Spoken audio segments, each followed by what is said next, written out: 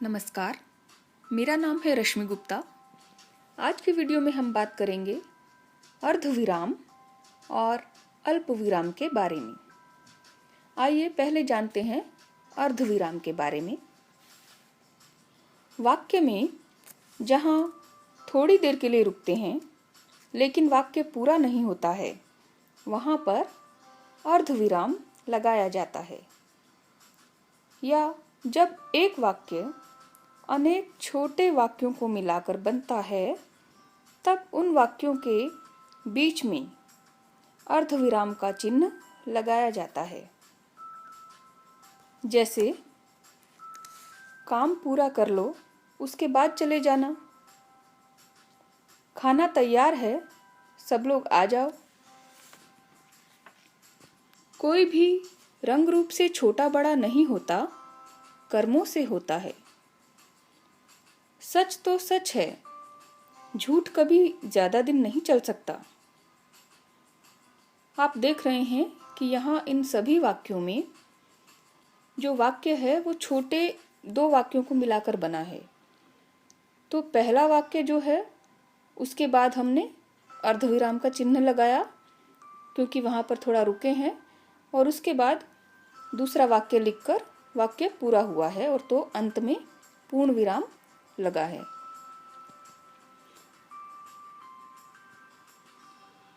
आइए अब जानते हैं अल्प विराम के बारे में। वाक्य में जहां अर्धविराम से भी कम देर रुकने की जरूरत होती है, वहां अल्प विराम का चिन्ह लगाते हैं। आसान रूप में आप ये समझ लीजिए कि वाक्य में एक ही तरह के आए कई शब्दों को जब अलग अलग करके लिखने की ज़रूरत होती है, तो उनके बीच में यह चिन्ह लगाया जाता है। जैसे ये एक वाक्य है, हलवा बनाने के लिए घी, आटा, चीनी और पानी की आवश्यकता होती है। यहाँ जो सामान बताया जा रहा है वे तीनों ही शब्द हलवे के संदर्भ में बताए जा रहे हैं, तो इनको बोलते समय हम थोड़ा थोड़ा रुकते हैं। जैसे घी, आटा, चीनी। तो उस रुकने को लिखते समय कैसे दिखाएंगे? निशान के द्वारा। इसीलिए यहाँ पर अल्प विराम का चिन्ह लगेगा, यानी कॉमा लगेगा। अल्प विराम का प्रयोग और भी कई स्थितियों में किया जाता है। पहले एक उदाहरण इसी का एक और देख लेते हैं। जैसा अभी हमने उदाहरण देखा था वैसा ही एक और उदाहरण देख लेते हैं। पेड़ों से हमें ऑक्सीजन, भोजन, लकड़ी, ईंधन, दातुन और अनेक दवाइयाँ मिलती हैं।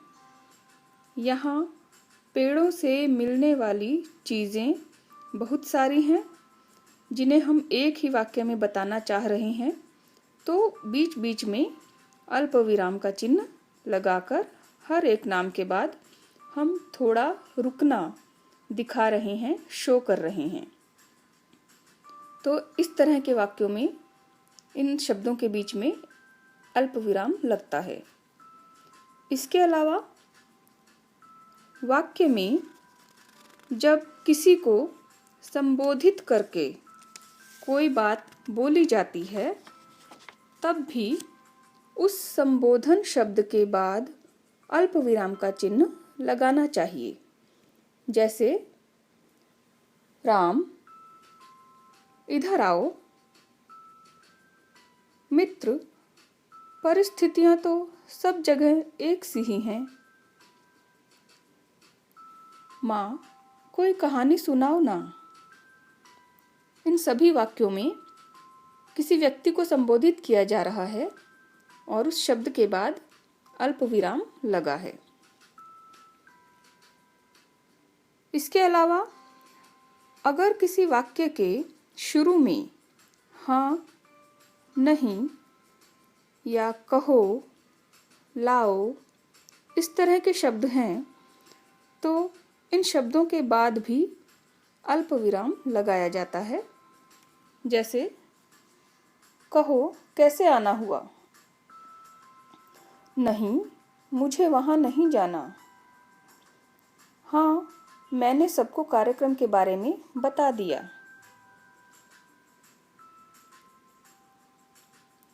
इसके अलावा किसी वाक्य में जब, तब, तो, और, वह, वे इन शब्दों का प्रयोग होना चाहिए लेकिन नहीं होता, वहाँ पर भी अल्प विराम लगाया जाता है।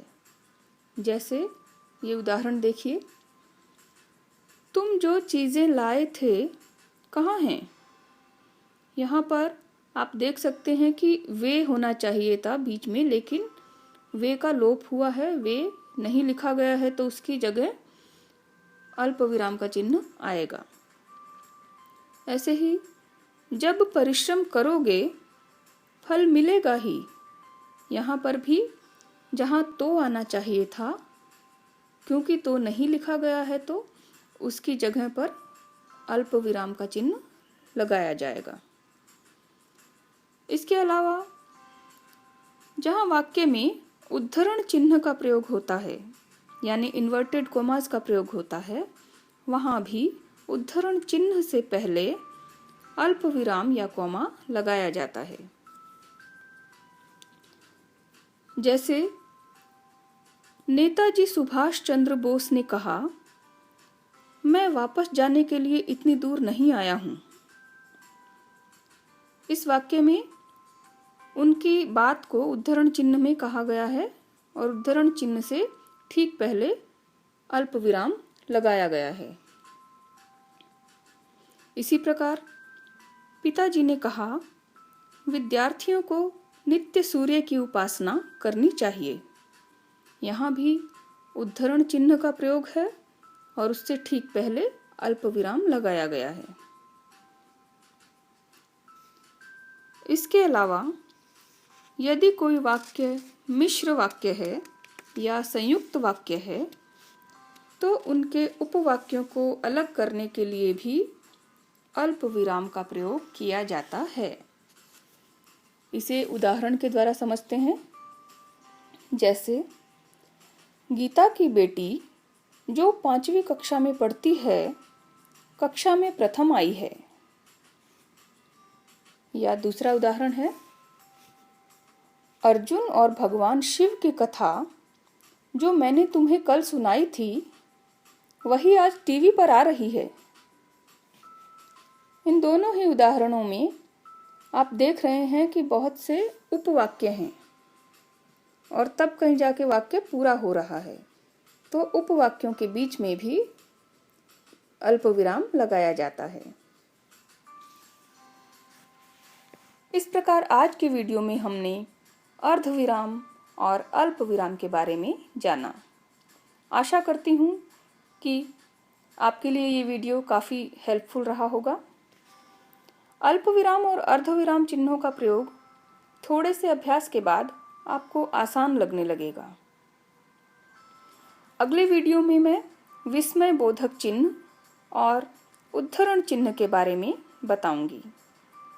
तो विराम चिन्हों के बारे में और जानने के लिए देखते रहिए हमारे वीडियोस, और हमारे वीडियोस को लाइक करना मत भूलिए और हमारे चैनल को सब्सक्राइब भी ज़रूर कीजिए। धन्यवाद।